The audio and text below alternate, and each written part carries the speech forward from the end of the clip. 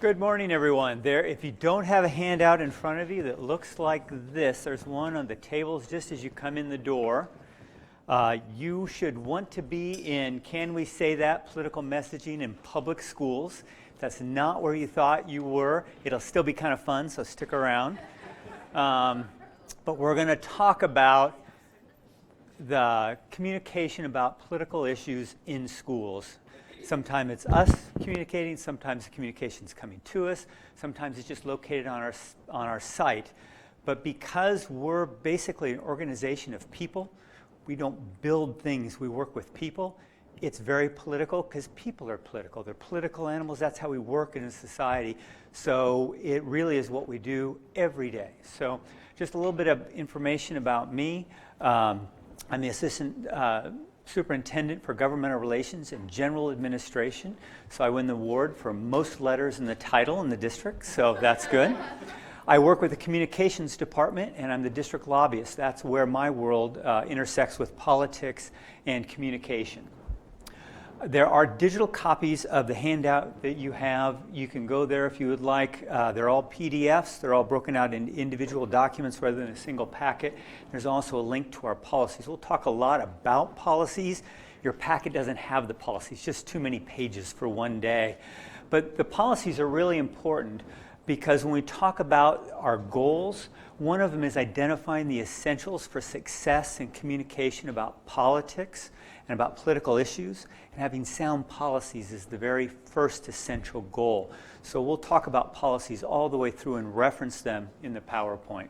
The other things we'll talk about, along with a couple other things as far as essentials for success, will also be the common issues that arise from just the nature of politics in public schools. That includes activities by the district, and that could be students who are active political voices in the schools, staff, the board, and just the body politic of the school itself. Political activity toward the district. Lots of people would like the district to do things in a certain way and act in a certain way and share a certain voice. So we deal with those messages that are coming in as well. And third, how many people voted in the last election? A lot of you, where did you go? To a school to do the voting. We're also a location for political activity and some other kinds of activities. So there's things that just happen because of who we are.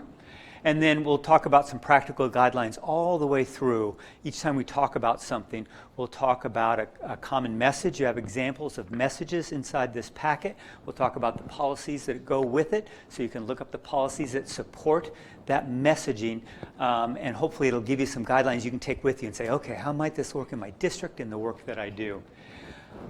So, essentials. I talked about policies first.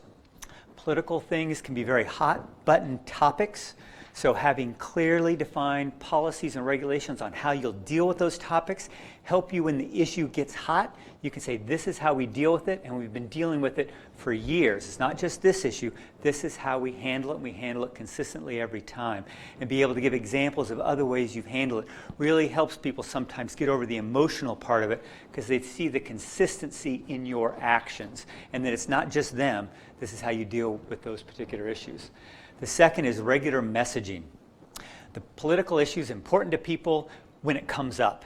So when you send an email out in October and the political issue they want to talk about isn't until January, they don't necessarily remember the email in October.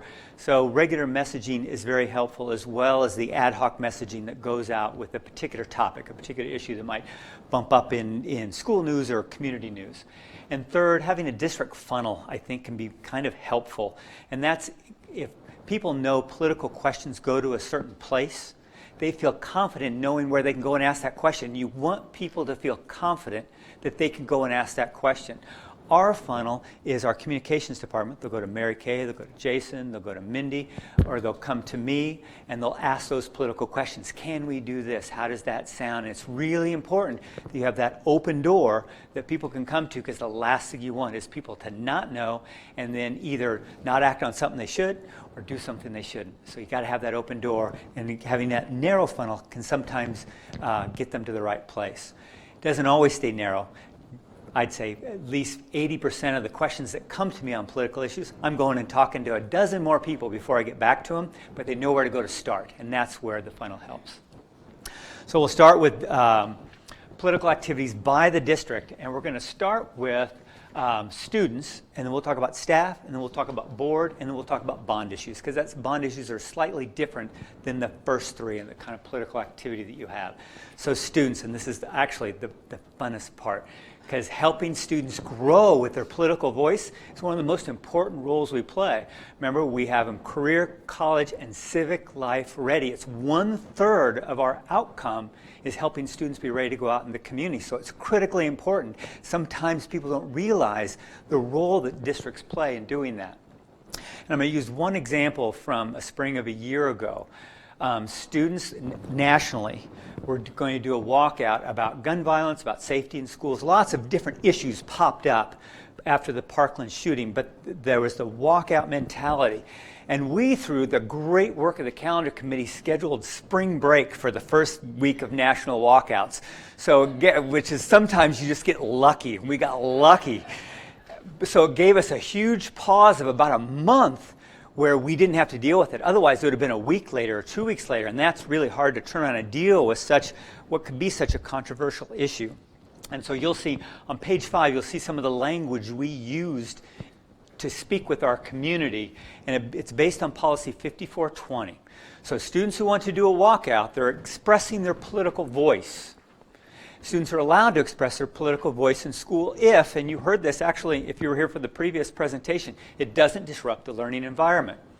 Trust me, you get 1,000 people walking out of a 2,000 student school, it's disrupting the learning environment a lot. And so then you're faced with a question, and this is where the extra time helped, is how are you going to deal with that? You're going to suspend 1,000 students 3 days each? You're going to try to keep them after school? You're going to physically try to keep them in the classroom? What are you going to do? Because you know it's going to disrupt. You know it's going to violate your policy 5420 that says disruptive behavior is not allowed. So what are you going to do?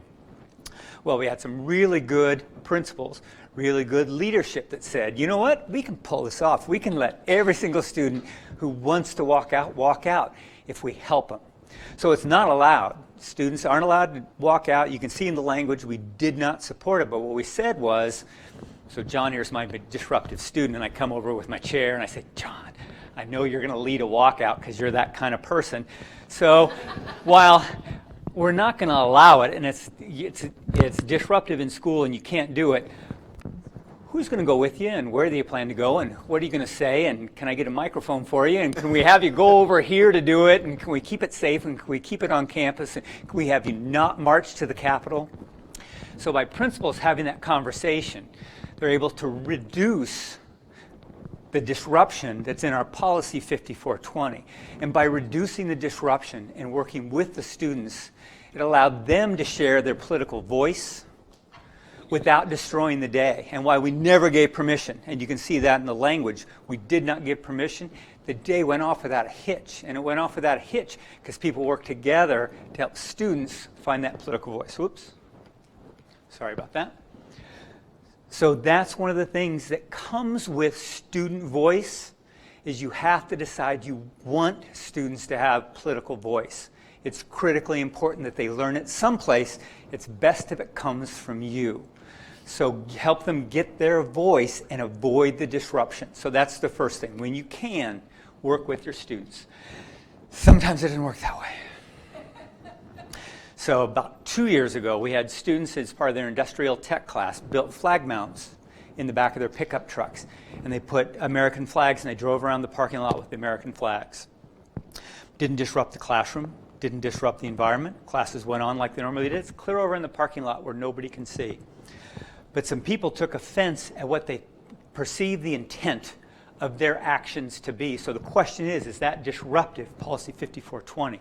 Is that keeping students from learning, or is that just upsetting me because I don't like that political message? Because it's kind of along this continuum.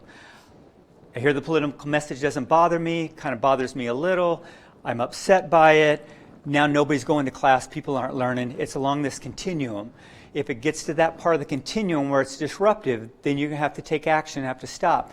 If it's just unsettling, if I just don't like it, it doesn't move into that disruptive line. And so that's the tough decision you have to make as an administrator. In this particular circumstance, it was determined not to be disruptive of the school environment. Were students affected? Absolutely they were affected. Did it make people feel uncomfortable? Absolutely it made people feel uncomfortable. And I'm happy they went to a trusted adult in their building and said, this is making me feel bad, so adults can provide support to those people.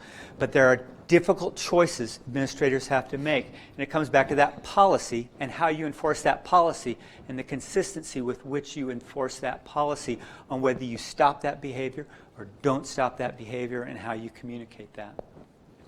This is an example of an email that's the same issue, slightly different. Hat day. How many people have hat day, pajama day, bring your own book to school day, all those things? Well, somebody wore a hat, and the hat had a message on it that was political. People were really unhappy about that. And so a parent, this is a copy of a parent email, and it doesn't matter what political party or message or anything like that. Parents said, because it's this political belief, this political party, this person, they're immoral, so you as a school should not allow that in school. Because the parents' mind it has moved from a political message to a moral message because they consider the political message to be immoral, the person, the party to be immoral. So you as a school administrator have to decide along this continuum, is it disruptive? Is it disquieting? In this particular case, the communication back to the parent was, it's a message.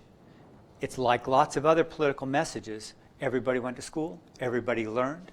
Nobody left class. You have to allow that. When you allow that freedom to express, you have to allow that in the classroom. If it creates a disruption, if it creates a riot, if people go running out of the classroom, then it becomes a disruption. Those are really hard calls. I just want to make you aware of those circumstances. And then student politics, testifying. I'll give just one example. This falls under, still under page 6, where you can see students' political activity. Every year with our Superintendent's Youth Advisory Committee, they used to look at a legislative bill, used to testify down at the unicameral, and every year it scared me to death because since they are students, they cannot be the voice of the school. Only the school board is the voice of the school. We cannot ask students to be the voice of the school district. It's not fair. There's a power imbalance. So if we would even attempt to put them in a room and say, it's really your choice, it's really not because of who you are in the room and who they are in the room.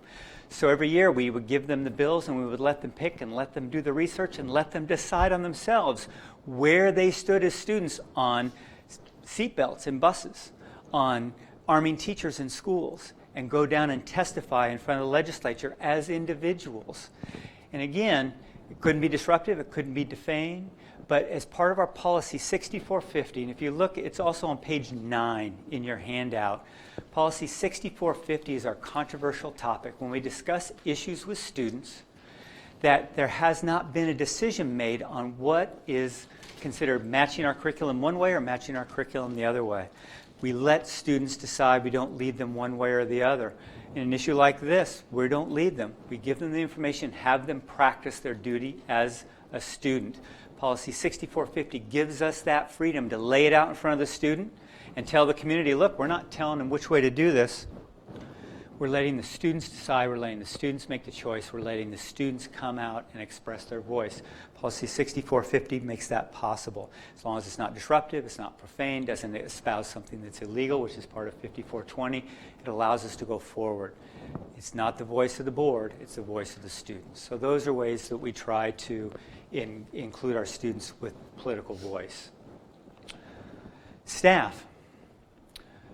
Staff, there's lots of things with politics with staff. The easy part about that is we're employees of a governmental agency. We can't express our political viewpoints while we're at work. We're not paid to express our political viewpoints at work. So we can't use school resources to express that politics. We can't be posting on social media while we're supposed to be working what our political views are or anything like that. And we don't wear clothing that announces, hey, vote for this, hey, vote for that person, those kind of things at work. At work, we are there to serve our students. And our students don't need to know our political viewpoints. Our students need to learn the curriculum. If they're going to deal with an issue, you deal with it in even hand and let them decide. Your job is not to inculcate them with any particular plan. And one of the probably the issue we deal with the most, and the communications the most, is people will get a bing on their phone, and there'll be a really cute clickbait thing about a political topic, and they forward it to somebody, or they like it, or they emoji it, or something like that. Well, those are all public to the world, and so when somebody does that, 12 hours later, somebody in the district office gets that email saying, do you know what your teachers are doing at 10 a.m. when they're supposed to be doing third grade reading? What they're doing at 2 p.m. when they're supposed to be in industrial tech? They're doing this message. So we do a lot of one-on-one conversation with staff about that's outside of school, that's outside of school. But just like kids, that cell phone's right there and it's so easy. So that's where that ongoing messaging is helpful for staff. And we have lots and lots of policies about not doing politics in school in all kinds of different ways. But each one is helpful because people run across it as an advertising. There's no advertising at school on political messages, 1112. 1310 is personal political activity. Can't do that on campus. 1420 is only the board gets to express political viewpoints, so you're not the board, so you can't be expressing. 4760 and 4770 are about your professionalism, so you can't take advantage of your role with students. And 6450 is controversial topics. So all of those help staff not make the wrong choices. We are perfectly fine with the I Love Public Schools t-shirt because it in and of itself is an expression of I love public schools. It in itself is not a political message. I'm going to go, let's see. I'm going to do controversial issues here. This is also on page 9. Roles, and this is the one with teacher. My daughter is an 8th grader. She has a favorite teacher she just absolutely loves. Very, very good teacher. Really like the things that teacher does in school. But our daughter believes something politically, and believed it, and she did because her parents did, and she likes us yet. She's still young. And so she believes it and believes it and believes it and believes it. And one day she comes home from school and has a completely different viewpoint of that. And the reason she does is her favorite teacher said, oh, no, what you're thinking is wrong. Here's the way to believe on that issue. And she loved that teacher so much, she flipped her thoughts. And she said, you're right. I believe what the teacher does. I really like that teacher. That's a great message. I get that. That's a role we have to watch as teachers because of our power. Not just teachers, administrators, everybody. That we don't express our personal views. And so we talk a lot about teachers. That's one of the things our parents ask us to do, is don't try to change the political viewpoints of our children in school. We have our curriculum that we cover, and we have controversial issues that allow us to address topics and let students pick their choices. But we have a very clear policy in 6450 that says leave that up to the students. We don't pick your beliefs for you.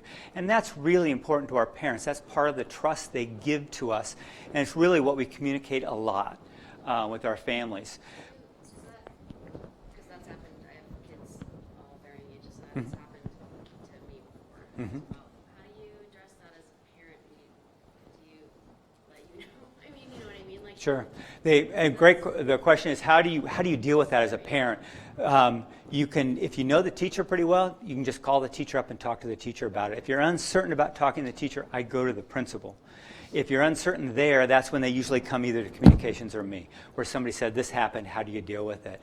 And it's usually nothing with purposeful intent of the teacher. Teacher's passionate about an issue, and it's really important. They want the kids to know it's all really good. It's just that one step. And that's what we want to try to help grow in our teachers and all of our staff. The other is candidates. We ask when candidates are brought into a classroom to speak that you invite both sides. And sometimes both sides can't come. And sometimes when the issue's tough enough, we ask the teachers not to just bring one. If the other side can't come, is it really good for the students just to hear one? What does that say on the one? So that's a very cautious issue. But we ask whenever candidates come in that all candidates involved are allowed to come in. Okay, board. I better hurry here. Legislation and lobbyists. Only the board can take positions for the school district. Nobody else can. The board can authorize a lobbyist or staff member to go and speak for the board on issues. The board sets legislative guidelines, which is in page 15 in your packet. And the reason they do that, and this is my analogy, it's like bumpers going bowling. What they do by setting legislative guidelines is say, these are the things we believe as a board. These are the things we want to accomplish in the legislature as a board. As long as you stay within the bumpers, the ball's going to hit the pins and you're okay. You don't have to keep coming back to the board, coming back to the board, coming back to the board. Ask permission. You as a staff can move forward. And every year they update those legislative guidelines based on what they think is going to be in front of them. But the board sets those guidelines and we have to live to those guidelines. We cannot go outside those and make our own choices or think that's good for us. If it's not in those bumpers, we have to come back to the board and ask them to amend. By having that policy 1420 and the regulations to go with this, they are saying the board sets the voice. All you can do is repeat that voice, and here is your script. And that really gives me and other staff a great deal of freedom to work within those boundaries and work with the community. So that's a really powerful step. You might, if you watch other, you have to be kind of crazy, but if you do, like I do, you like to watch other school district board meetings, you will see them every once in a while. They'll be up in front of them, they'll have all the board people, and they'll be talking about legislative issues and things like that. And that can sometimes be hard, because every time it gets brought up in a meeting, then that can create some controversy, because there's always a one side, another side, and a third side that are invested in it. When you have the legislative guidelines, you can do a lot of work before then you come public with your final position. And then when you're ready with your final position, you know why you're doing it, you have good talking points, and you're ready to testify. All of that outside the crucible of the political environment. So that policy and those guidelines is critically important. What's the end of this timeline? 7:15. Okay, I've got that. Okay. Bond issue. Bond issue is a little bit different. Okay. Bond issue is a little bit different in that you can't advocate. They can't put a lobbyist out there to do that and pay. That's a ballot initiative, and it can't be done that way. All you can do is give information. And so this is the example that you'll see in your documents on page 16 and 17. It gives some guidelines for how you can speak to the public, how you can speak to your staff, some fill-in-the-blank kind of scripts. But at the top, is that a hallway when you look at it, where students are squeezed into it and barely fit? Or is that 500 students in a hallway with a capacity of 350? Well, if they're squeezed in, you are not a district person speaking. You are somebody over here in the community speaking for you, because you can't use the word squeezed, shoved, tight, crowded. Those words don't work. But you can say that's 500 students in a hallway built for 350. We have bathrooms twice. We have bathrooms that don't have enough stalls based on code. You can give information, and you can do an incredible narrative that helps you with your issues for bond, but you have to stay away from words squeezed, other kind of modifiers like that. That's critically important, and also we have lots of policies on that one too. But bond issue, and that's coming up for us, so we're getting prepared for that. Our communications department is looking at that right now. What are those talking points? How do you drive that point home? And how do you stay away? In fact, I think we have a meeting with the lawyer next week where we'll get this, and he'll give us all these same examples. Don't use this word, don't use that word, don't. And that's good advice to have, because you can really mess up your bond issue if it looks as though you are breaking law. And I'll go ahead and say it right now. Our lawyer keeps telling us, our superintendent keeps telling us, I keep telling the people I work with, you not only have to follow the rule, you have to have people believe that you are following the rule and what you're doing is right and ethical and moral. So you can't go up to the line. You have, as a public school system and as a trust of the community, you can't go up to the line. You have to stay 3 steps back. So, and that's really important in everything you do. That's why the lawyer comes in and speaks with us, because it's not about how far we can go, it's what do we need to share. And that's a good remember that you work in the public trust. Okay, political activity towards the school.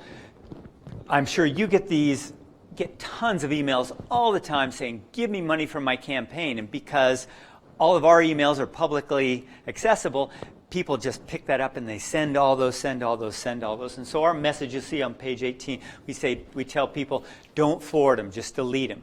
If you like the candidate, remember the name and go find the name on your own sometime later. But don't get in that position of Are you using your email to forward? Are you using your email to respond? Did you do your fundraising? I got one of those emails last night, went out in my car after work, drove away, pulled over here on Glen, and put in my $25, online for a friend of mine that's campaigning. I got the first email, so I remembered it and went on her website. But I was over on Lingcrest at 6 o'clock.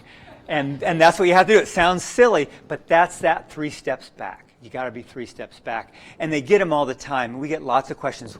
Oh my gosh, why do they do it? It's like they've gotten pornography sent to their email. I have this campaign. What do I do with it? Well, just delete. You're fine.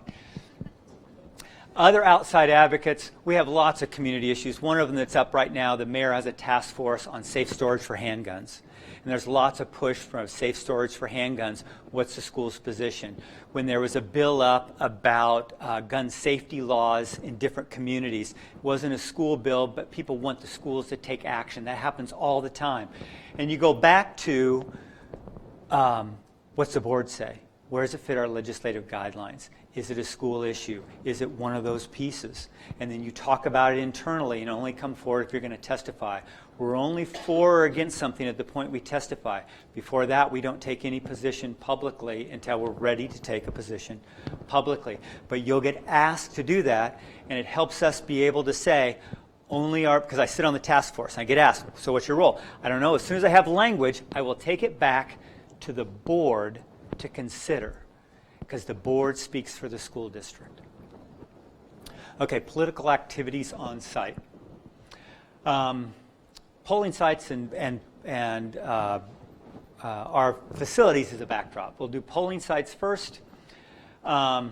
You'll see on page 19 and 20, there's a little on 11 and 12 what we do for polling sites, because there's several issues when schools are polling sites, and the first one is safety. So it's not really a government communication, and there's somewhat of an argument of who you're trying to keep safe from whom, but we're trying to keep the students safe from the visitors. So make sure you have a good safety plan for people coming in. Coordinate events so that you don't have something going on that looks like a political or campaign or something at the same time the polling's going on. So look at your calendar and make sure everything's clear and the polling places off to the side. That's really important. See people giggling, so you must be reading the signs. Okay. Didn't want to put them. Election day especially is important because I don't think there's been an election day ever we haven't had 3 or 4 people physically campaigning in front of the polling site, or all of a sudden signs magically appearing on our front lawns of our schools. And in the guidelines there, you'll see the different laws that apply. Sometimes state law applies to 200 feet of state law. Putting the signs up in your property is trespassing. Putting it between the sidewalk and the street is a code violation. So different laws give you the authority to deal with it in different ways. So make sure you're aware of them. Make sure you don't overstep. If it's something that the state does, you let the election person that's at your site deal with it. If it's nuisance like a sign on your lawn, you can move that yourself. But be aware and have confidence. That, by the messaging, it gives confidence to the people to deal with it. And so much of it, that's the thing, is having the confidence. I know what I'm supposed to do. I have confidence to do it. Campers and cameras. Oh, goodness. I don't know if you remember Senator Sass. He had the big RV camper. And Senator Sass drove that all around the state. And that really became his signature piece. But what he liked to do is park it at Seacrest Field on Friday night football games. And we don't allow political campaigning on school grounds, and that camper is political campaigning. And because we even checked, we made sure the driver didn't come in and pay admission and go. They parked it and then they went, because his campaign headquarters was just right around the corner. So we worked with Senator Sass on that, but those are the kind of things that happen. Where's a great crowd of people going to be? Well, a Friday football game, a Saturday basketball game, the track meet. So politicians are attracted to crowds. It's like moths to a flame. So every place you have a crowd, you will have a politician. And so you need to be confident in what your guidelines are. And I'm pointing to you on this particular one to Regulation 3971, which just sets some clear guidelines for what can be on your campus and not on your campus. So you can't have advertising, you can't have political campaigns. And it's really simple, just with a list of things you can and can't have. And it makes it, the nice part about it is it's so objective. It has nothing to do with Senator Sass or whoever's coming in. It's just, that's not,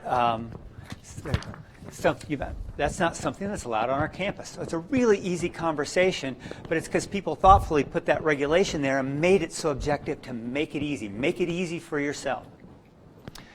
The others, we have all the time. So wherever a person graduated from, especially if it's in the same district in which they want to be elected, they want to have their picture taken in front of the school. Makes them, they're an alumni or alumnus. They want to be wrapped in the, this is my high school, so I put that up there. They're once a rocket, always a rocket. It's that cloak of normalcy neighborhood. We don't allow people to come on our campus and take campaign pictures and use that for their campaigns. We try to have our schools be separate. We don't want that to be the vehicle that people use to either say this is us or this is not us and have it be in the way. So your document number 10 talks about those ground rules, and that regulation does that. We also have, it's amazing how many people volunteer to read about 3 weeks before an election happens. And they come to read with their book and 9 photographers and 2 videographers. And it's wonderful that they come and want to be involved in the school. And some of them actually have been there for months and months. I'm being somewhat facetious, but they really do, it ramps up. So having good visitor policies about who's allowed to come, when they're allowed to come, and we don't create reading opportunities. Got Dr. Seuss Day, Read Across America. We have lots of opportunities for people. We push people to those volunteer. You want to volunteer and read? Here's the process to volunteer and read. Get in line. Here, become a teammate. We'd love another mentor, mentee. That's a 1-year commitment to be with a student. Our students aren't there for your vehicle. They're there to get your love and care. So by having those guidelines in place, it helps with that political messaging. Okay. So just repeating on essentials. Policies and regulations. Each slide we talked about has critical policies and regulations that guide the decisions you can make, and the best thing about them is they're there before you need to make the decision. Some of them aren't clear. We'll go back to the one on the disruption with students. 2 people looking at the exact same situation are going to see it differently. And you're going to have people that are upset. You're going to have people that are happy, depending on how you make that decision. So policies don't always make it easy, but they help you guide. And that's where that funnel helps. The funnel helps you be consistent. So the policy is your guide. The funnel helps drive your consistency. Regular messaging. We do not send out enough messaging. Every single time something comes up and somebody asks a question, I know I should have sent an email a month ago. There's so much more messaging I could do on a regular basis. And so that's what I would tell you. Of all my mistakes I make in that, it's not getting enough information to staff so they have it when they need it. And so if you take anything away, look at the messaging that's included. There's 3 different letters that we send to staff. I should send that 6 times a year, 8 times a year, once a month rather than 3 times a year or right before the election. People really need that because they'll look at it, and if they're not interested, it gets deleted in 2 seconds. So you need it in that inbox when they need it. So it needs more regular. And last funnel, pick somebody in your district who's going to own that for you. Even if they own that as the contact, you put it in the important information book or on your website. Questions about this, go here. Because again, what you want people is to know they can go someplace and make sure it's a nice person, a happy person. You want a happy person. They have to be happier than knowledgeable, because you want them to take the question because they can find the answer. What you want is people to ask the question. So happy person as your funnel. And I mean that very seriously. You want a happy person to take those calls, because if they're afraid to call, that's where your trouble happens. That's where your trouble happens. I put in one more slide about basics just to reinforce some things. Don't use district resources. If you just remember, don't use district resources for anything political, that 99 and 44/100% of all your problems are solved. Don't use district resources. 2, only the board can take a decision for the district. If you remember, I am not a board member. That relieves you of the responsibility from having to take any political positions. Your board will do that for you, or the board will ask the superintendent. So you don't need to speak for the district on a political issue officially. It's really nice if you have talking points, or once the district decides to do testimony and makes it available to the staff so you can point to it and say, here's the position of the board. but relieve yourself of that responsibility. And if it's political for students, but not disruptive, probably okay. In fact, it's good. You want kids to practice their political voice where they can practice it in a safe place. That's good for students. Staff shouldn't be in front of students. If it's political, leave it at home. You don't need to bring it to school. You're at work. Your job is to teach kids the curriculum. Your job is not to have them pick one side or the other on a political debate. Might be a civics teacher, might be a GoPo teacher, and then it is your job to put them in a position to pick themselves. That's good. But for the most part, leave politics out of the classroom, out of the office, away from school. Try to leave about 5 minutes for questions. I'm close. What questions do you have? Yes, ma'am. What constitutes as disruptive for students? No, it's just a bear to figure it out. And the best description I can give is when you are in the building and the students, classrooms of students, full classrooms of students, aren't able to learn. That's the easiest way to start. What? I mean, it has to be a visible thing. It has to be, right. Kids. I mean, kids are, I understand that. Yeah. That there has to be some sort of line, but there's so much that you don't see as Oh, yeah. No. that the learning is disruptive, but it's hard to make a case when you're being an advocate for your students. Yeah. I might say that principals have a very good sense of their environment, and so I think relying on them, I think they have a real good sense of when it's become disruptive. I may not, looking from the outside in, and even a teacher, but I've found that principals have a really good sense of saying, you know what, we're fine, we're good, or you know what, it's just become disruptive. I mean, you have to rely on somebody, and I find that they're actually fairly objective observers. No, I think that's a very good point. And there isn't a magic line. And if I didn't say it before, I'll reinforce it. Two people could look at the exact same situation and read it differently, especially as you get close to that middle. Easily disruptive. Kids are getting up in the hall. It creates a fist fight. Easy disruption. Kids sitting by themselves in a chair, sees it, really upset, might be the only student that picks up that message, and it might be directed just for that student for some particular reason. That's really hard to pick up, especially if the student doesn't say anything or just says, I'll be okay. That's really hard. And so it's tough. I was just going to say, because you were saying then as a parent, instead of sending that letter, you could tell, if that was important to you, you could tell your students, hey, cause a disruption. And that will get that out of your classroom. It depends. If you would, but the thing is, can you tell your student to cause a disruption and then that would get out of the classroom? It depends, because if you as the student create a disruption and everybody else in the room goes, what's going on? The person over there is causing a disruption, then your student gets sent out. So I think the important thing is to try, especially hat day. Hat day is going to last 8 hours and it won't happen again for several months. You just kind of live. And part of the message that growing is, I can be in a room with a student who believes something different than me and be okay.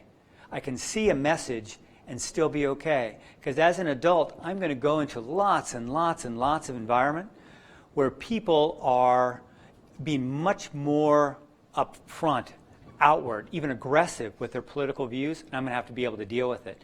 So the student is not being physically or verbally disruptive. They're not being profane. They're not being aggressive. They're just wearing a hat. That's a good thing to help students learn to deal with, if you can, if it works. And that's part of that growth. And again, it's not easy. It's along that continuum, and I don't mean to apply it's easy, but there's lots of lessons to learn. That's a good point. Other questions?